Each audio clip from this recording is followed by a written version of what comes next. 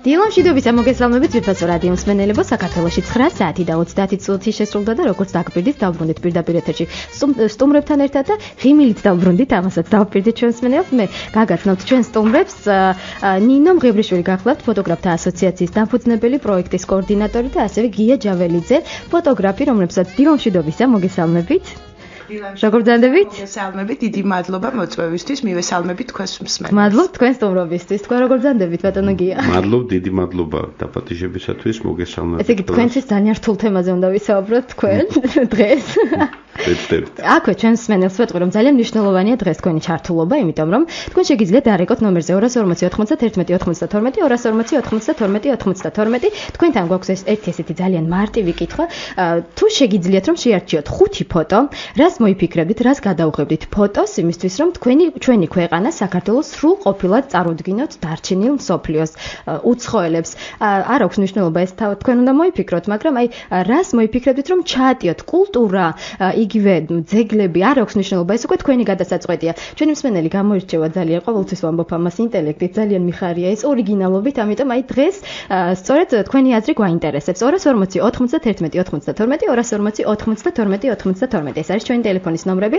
აქვე ვიდრე დავიწყებდეთ საუბარს ვირფასო სტუმრებო თქვენთან, მე შემიძლია ახლა რეპორტაჟი მოусმინოთ, რომელიც ეკა ხითარიშვილმა მოგვემზადა და მისი კითხვაც ჩვენს თანამოქალაქეებთანაც იყო სწორედ ასეთი 5 ფოტო უნდა შეედგინათ, რომლითაც საქართველოს წარადგენდნენ სხვა ქვეყნებს წარუდგენდნენ და გააცნობდეთ ასე თქვა გაცნობითი ხასიათის იქნებოდა. მოусმინოთ ახლა ამ რეპორტაჟს, შემდეგ დავბრუნდეთ პირდაპირ ეთერში და უკვე ვისაუბრობთ პროექტზე, რომელსაც ქვია გაიღმე, ძალიან კარგი სათაური და ასევე ბატონ გიასაც ვესაუბრები.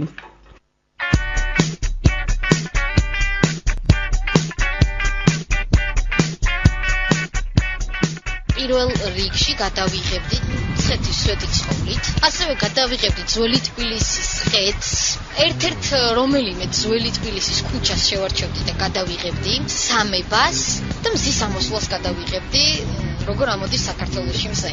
მე ვფიქრობ ეს იქნებოდა ძალიან კარგი წარდგენა ჩემი ქვეყნის. ყველაზე ლამაზი ადგილი რაც არის პრინციპში თბილისში, ალბათ ძველი თბილისის ხედები, ნუ ალბათ გადავიღებდი აუცილებლად მთიან ადგილებს, ზღვიან ადგილს გადავიღებდი, აუცილებლად უცხოს გადავიღებდი. ალბათ შვანეთსაც, ხო? ვარძია.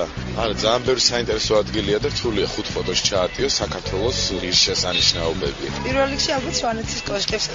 თბილისს გადავიღებდი აუცილებლად. კახეთის ვენახებს, კავკასიონის მდევს გადავიღებდი. ალბათ უფრო პირველ რიგში ქუჩას მივანიჭებდი უპირატესობას. ქუჩებს გადავიღებდი სურათს და მე ძეგლებსაც, რა თქმა უნდა. შენობა ნაგებობებს. ნარიყალას, ცხეთას, სიღნაღსაც. ჩვენ გადავიღებდით ქართულ ხალხურ ცეკვას. ალბათ ღირსშესანიშნაობები რაც საქართველოში არის, რა თქმა უნდა, ეკლესიები, ლეჩხუმს, ცაგერი, ხვამლის მთა. ულამაზესი ადგილია, მაგას გადავიღებდი კიდევ. ჩემს ალბომში იქნებოდა ერთ-ერთი მთავარი ბეთანიას გადავიღებდი. რუსთაველის თეატრს, მარჯანიშვილის თეატრს გადავიღებდი. პირველ რიგში გადავიღებდი და ჩემს ალბომში მოხდებოდა აუცილებლად სამების საკათედრო ტაძარი, იმიტომ რომ ქართველებისთვის ძალზედ მნიშვნელოვანია, ასევე გადავიღებდი რაოდენ გასაკვირს არ უნდა იყოს პარლამენტს, თავისი დიდი ისტორიის და გამო, ასევე გადავიღებდი საქართველოში გაზაფხულს, იმიტომ რომ ყველაფერი იღვიძებს. თბილისის მომენტს გადავიღებდი. იუსტიციის სახლს. ამირეჯიბს გადავიღებდი, დოჩანაშვილს გადავიღებდი, კახიკალსაძეს გადავიღებდი. სტურუად პრინციპში ვინც საქართველოს ასახება.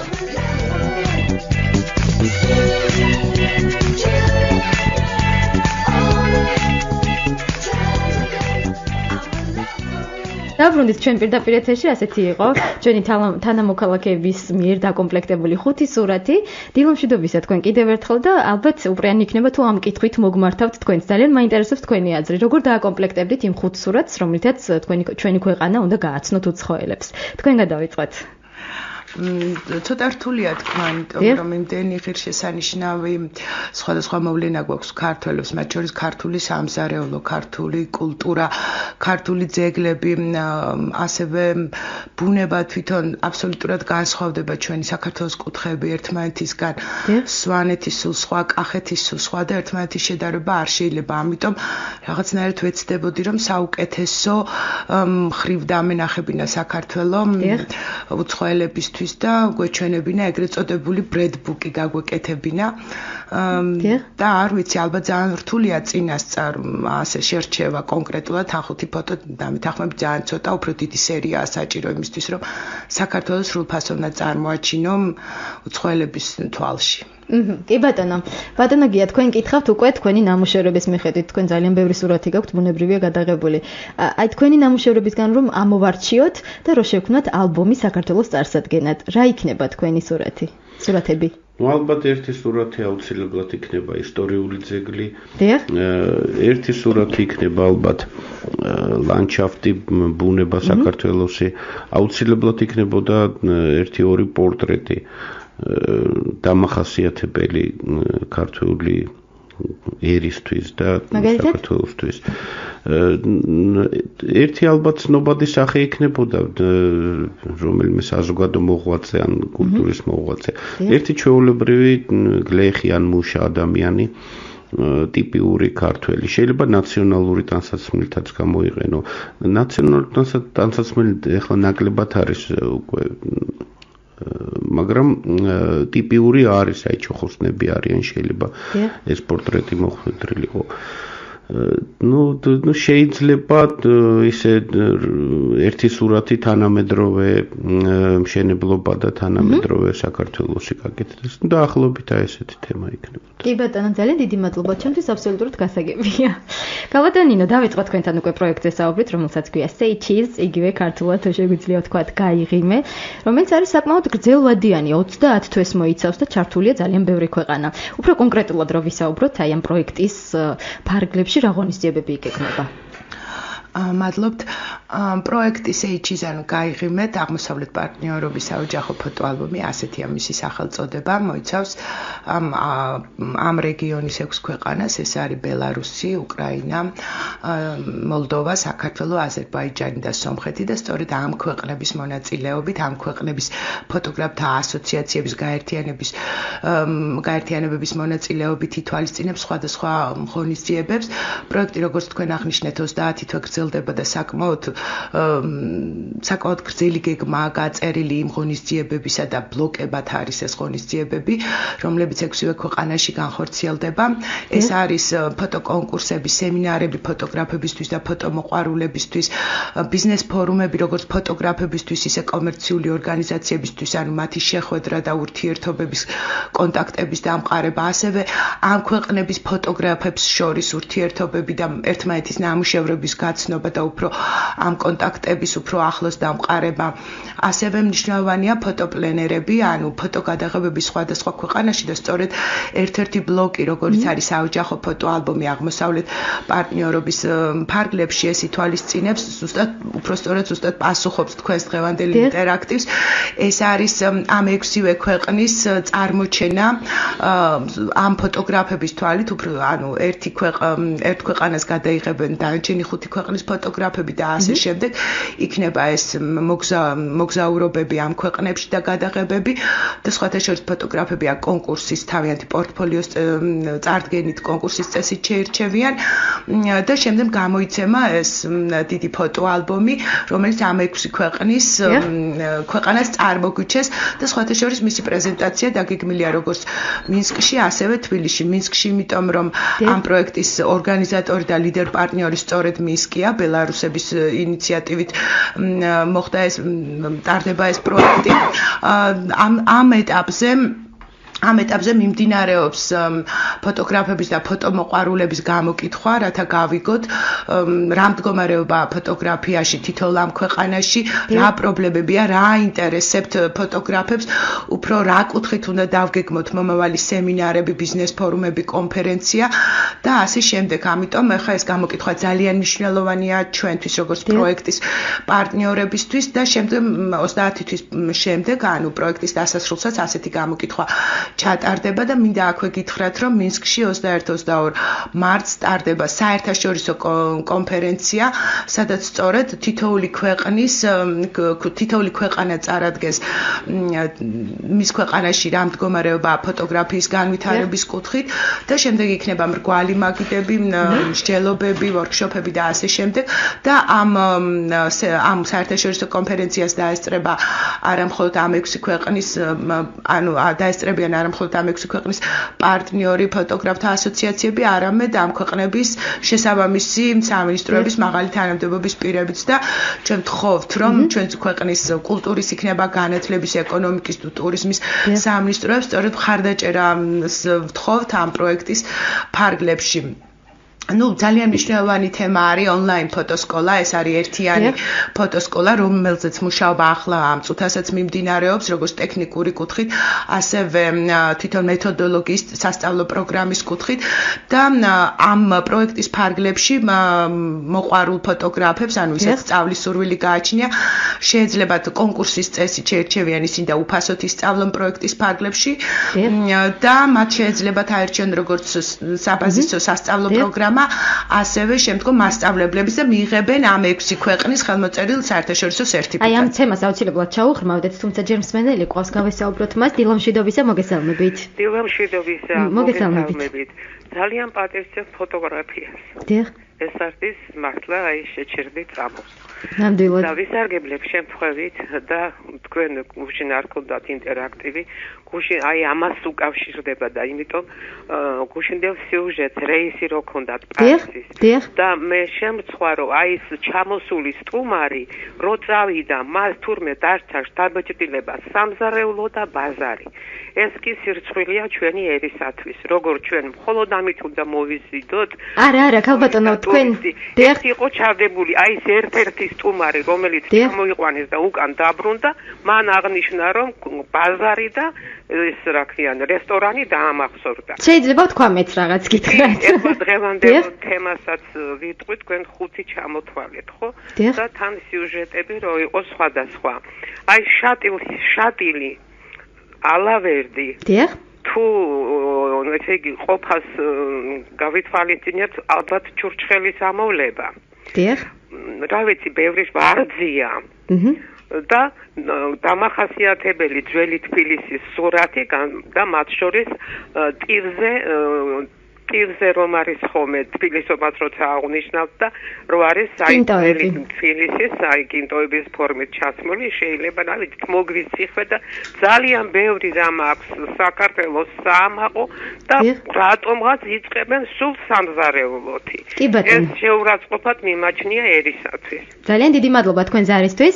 დაგემშვიდობებით, სამზარეულო რომ კარგი გვაქვს ეს შეურაცხყოფა მე მგონი არ არის, თუმცა აქვე ძალიან პატარა განმარტებას გავაკეთებ, ძალიან მოკლედ გუშინ საუბრობდით ეთერში საფრანგეთზე და ერთ-ერთი ფრანგი რესპონდენტი ყავდა, რომელმაც თქვა, რომ შთაბეჭდილება მოახდინა ბაზარმა, იმიტომ რომ ამაში არ არის რაღაც ესეთი შეურაცხყოფელი, არაფერი, იმიტომ რომ როგორც ასეთი ღია ცის ქვეშ ბაზრები არ არსებობს საფრანგეთში. იქ არის სუპერმარკეტები ძალიან დიდი და სწორედ ეს იყო მისი გაოცება, გაკვირვება და რაღაც ახალი რომ იყო, ამიტომ მოეწონა. თუმცა ეს არ ნიშნავს იმას, რომ ჩვენი სხვა რაღაც ღირსშესანიშნაობები მას არ მოეწონა. ეს ქალბატონის განმარტების სახით და ახლა რაც შეეხება ამ პროექტს, ბუნებრივია ეს იქნება წახალისება ფოტოგრაფების, ქართველი თუნდაც დამწყები ფოტოგრაფების. თქვენ ახსენეთ თუ სხვადასხვა ქვეყნებში რა მდგომარეობაა ფოტოგრაფიის თვალსაზრისით და ბატონ გიასაც მინდა ვკითხოთ, თქვენც მინდა ვკითხოთ. საქართველოში ამ თვალსაზრისით, ფოტოხელოვნების თვალსაზრისით რა ეტაპზე ვართ ახლა? რამდენად წარმატებულია ვთქვათ ეს სფერო საქართველოში? საერთო ტენდენცია უწიგნურობისკენ მიუბიძგებს დღევანდელ ახალგაზრდობას. ამ ფონზე შეიძლება ითქვას, რომ წინ დაწეული საქმეა, იმიტომ რომ სხვა საერთო ფონთან შედარებით მეტად განვითარებულია. თუმცა ისწავლება ბევრგან. თუმცა ეს საერთო უწიგნურობა ძალიან უკან გაჩავს. და ტექნიკური საშუალება დღევანდელ დღეს იმდენ წინაპირობას იძლევა ამ საქმის შესასწავლად, რომ გამარტივებულია ძალიან. ნებისმიერ სფეროში, სადაც გინდათ იმოღვაწეოთ, ფოტოგრაფია მაქვს მხედველობაში, გინდა პორტრეტი, გინდა პეიზაჟი, გინდა ნატურმორტი იყოს, სარეკლამო გადაღება თუ ჟანრული გადაღება, შესაბამისი აპარატურა მაღაზიაში მბრძანდებით იყიდით.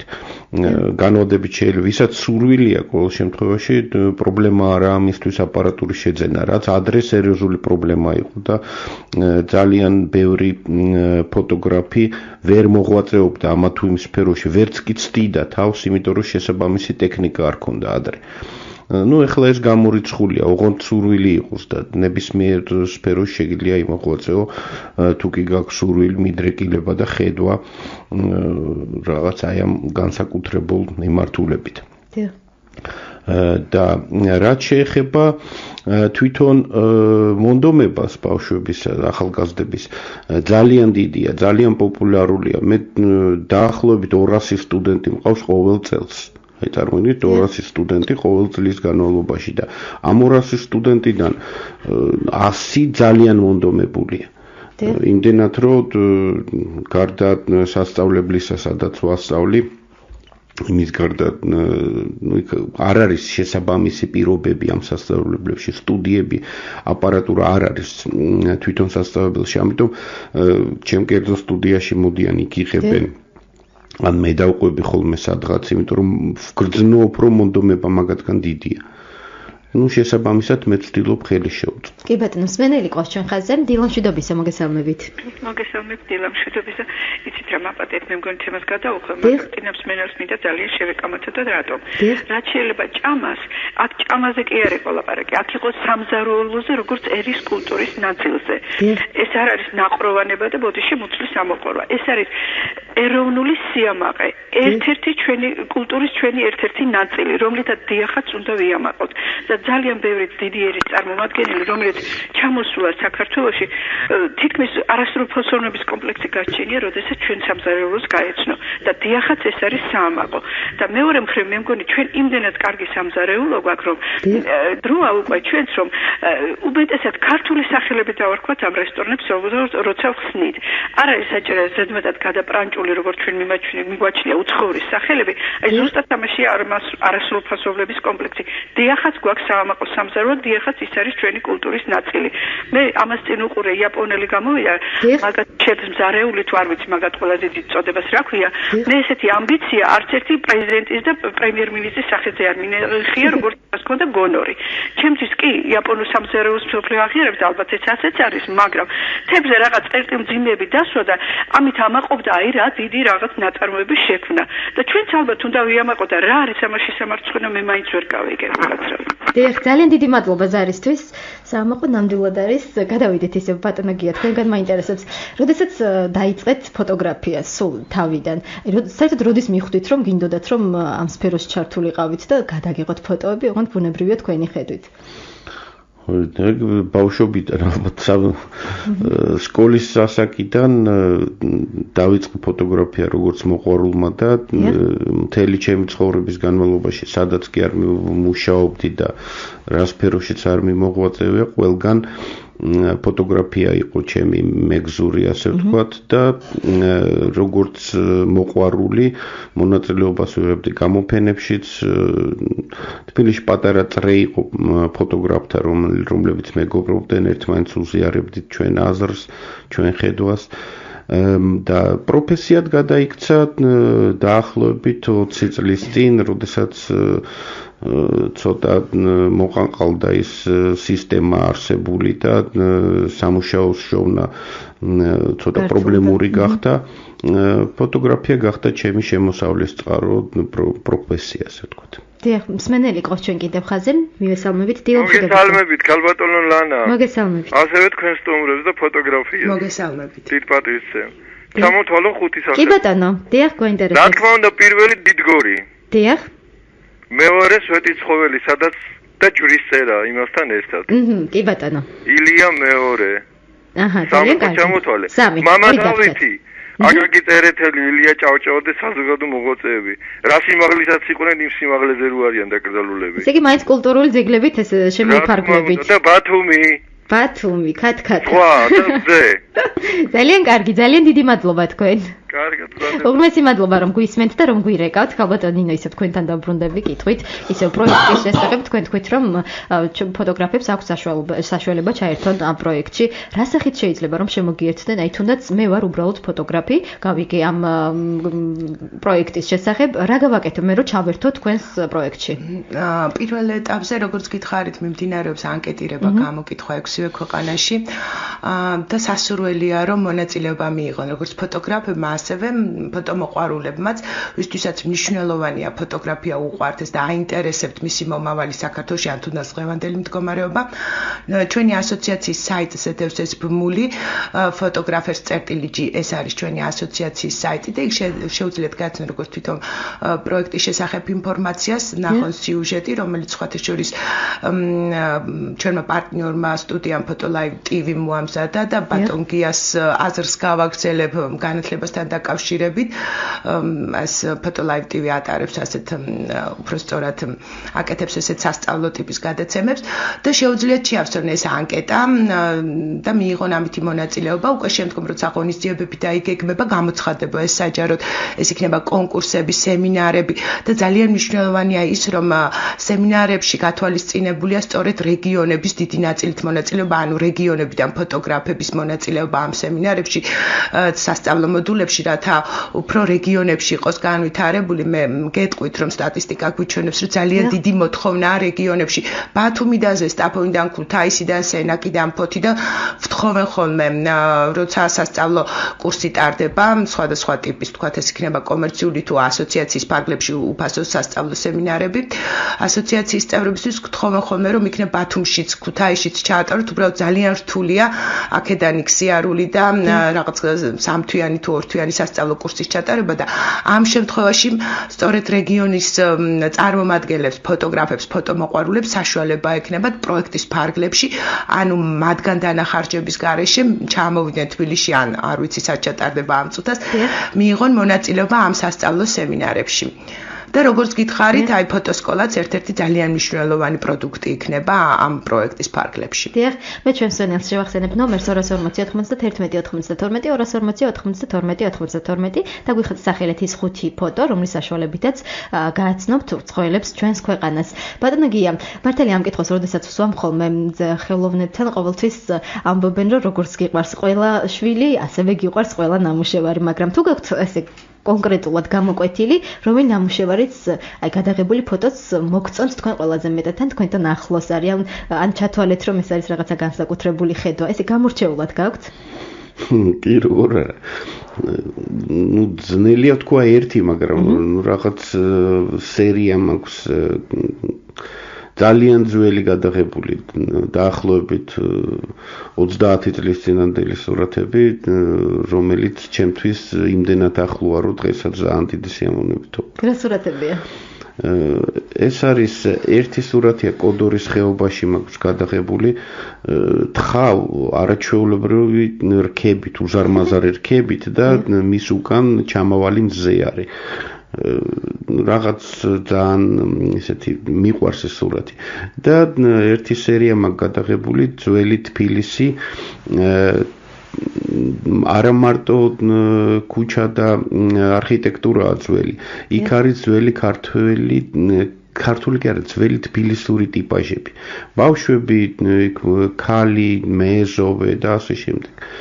აი ეს სერია არის, რომელიც ალბათ ვეღარ გავიმეორებ მაგას, იმიტომ რომ ელემენტარულად ამის შესაძლებლობა აღარ არის, ხო, ტანსაცმელიც სხვა არის და არქიტექტურაც სხვა. და კიდე ერთი მომენტი არის, რომ ადრე უფრო ვიღებდი ჩემთვის ვიღებდი უფრო იმას, რაც მომწონდა. ეხლა ამის ფუფუნება ნაკლები მაქვს. ეხლა იმას ვიღებ, რაშიც ფულს მიხდია. და აქედან გამომდინარე, ნუ ცოტა შეზღუდულია უკვე ის ნამუშევრები, რომელზეც შემიძლია გითხრათ, რომ მიყვარს. კი ბატონო, მსმენელი გვაქვს ჩვენ კიდევ ხაზზე, დილამშვიდობისა, მოგესალმებით. დილამშვიდობის. მოგესალმებით. ძალიან ვაფასებ ფოტოგრაფიას. დიახ. ეხლა ჩამოგითვლით. კი ბატონო. მე მაგალითად გადავიღებდი სამებას დიდი ხედით. დიახ. კახეთში ზურებს. დიახ. ილია მეორის პორტრეტს. დიახ. თუ იქნებოდა ისეთი შესაძლებლობა თავის ნათლულებთან ერთად, მილოცვის დროს რომ იყო სამების წინ მთელი ნათლულები. ფუნიკულიორს გადავიღებდი თუ ჩანს კიდე მამა დავითი ქვევიდან. რამე არ არის ჩამოფარებული, რა ვიცი, აღარ ყოფილვარ დიდი ხანია თბილისში. დიახ. და ერთი დაგჭათ. ზღვას, ბუდაურს, ბაკურიანს. დიახ. კარგი, ძალიან დიდი მადლობა. ესე იგი შემოვიფარგლეთ, მაინც კულტურულ ძეგლებზე გავდივართ. მე მაინც სხვა რაღაცებზეც ჩავრთავდი, რომ რაღაცა სრულყოფილი იყოს ისტორიულ ძეგლებით შემოიფარგლებიან ძირითადად ჩვენი მსმენელები, მაგრამ რატომაც არა, ესეც მისაღებია. და დასასრულისკენ ბატონო გია ყოველთვის ასე ითვლება და ასეც არის პრინციპში, რომ შავ-თეთრ ფოტოს აქვს რაღაცა განსაკუთრებული დატვირთვა. არ არის ესე ხალბატონო ნინო?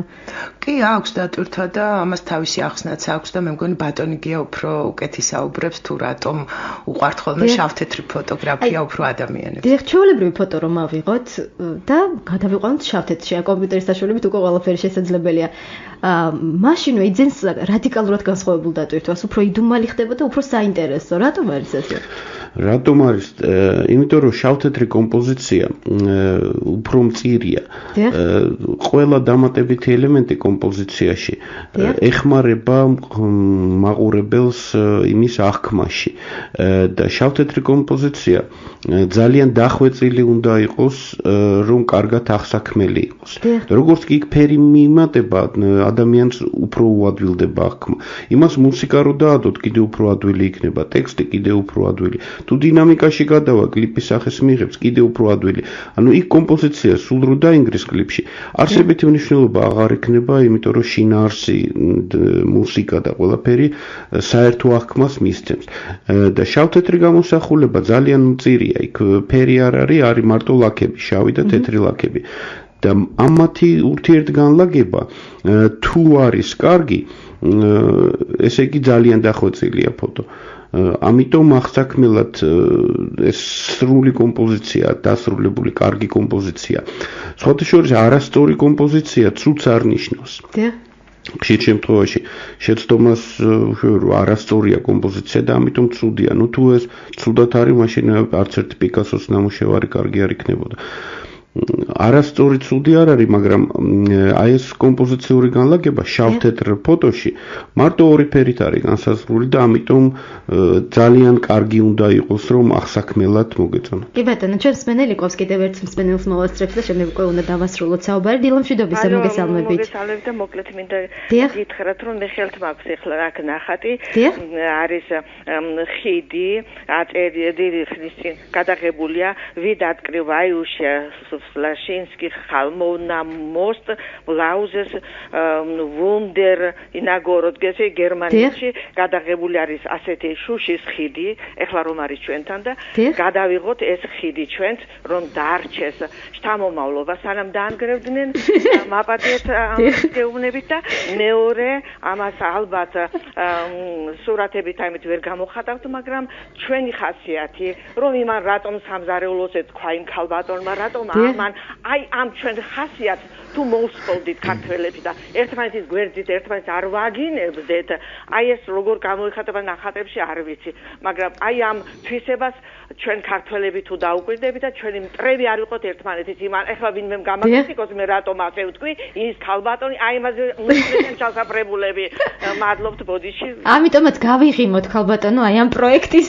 სათაურიც არის სწორედ ეს. გავიღიმოთ და ამ ღიმილ-ღიმილით უნდა დავასრულოთ ჩვენ უკვე ამ თემაზე საუბარი, იმიტომ რომ ამოიწურა სამწუხაროდ ამ თემისთვის განკუთვნილი დრო. მე კიდევ ერთხელ შეგახსენებთ, რომ ევროკავშირი ფოტოხელოვნების განვითარებისთვის იწყებს პროექტს გაიღიმეთ, რომელზეც ვსაუბრობდით აგერ უკვე 30 წუთი. ჩემი სტუმრები გახდათ ნინო მღებრიშვილი, ფოტოგრაფთა ასოციაციის დაფუძნებელი და ასევე ფოტოგრაფი ბატონი გია ჯაველიძე. ძალიან დიდი მადლობა თქვენ ეთერში სტუმრობისთვის. დიდი მადლობა.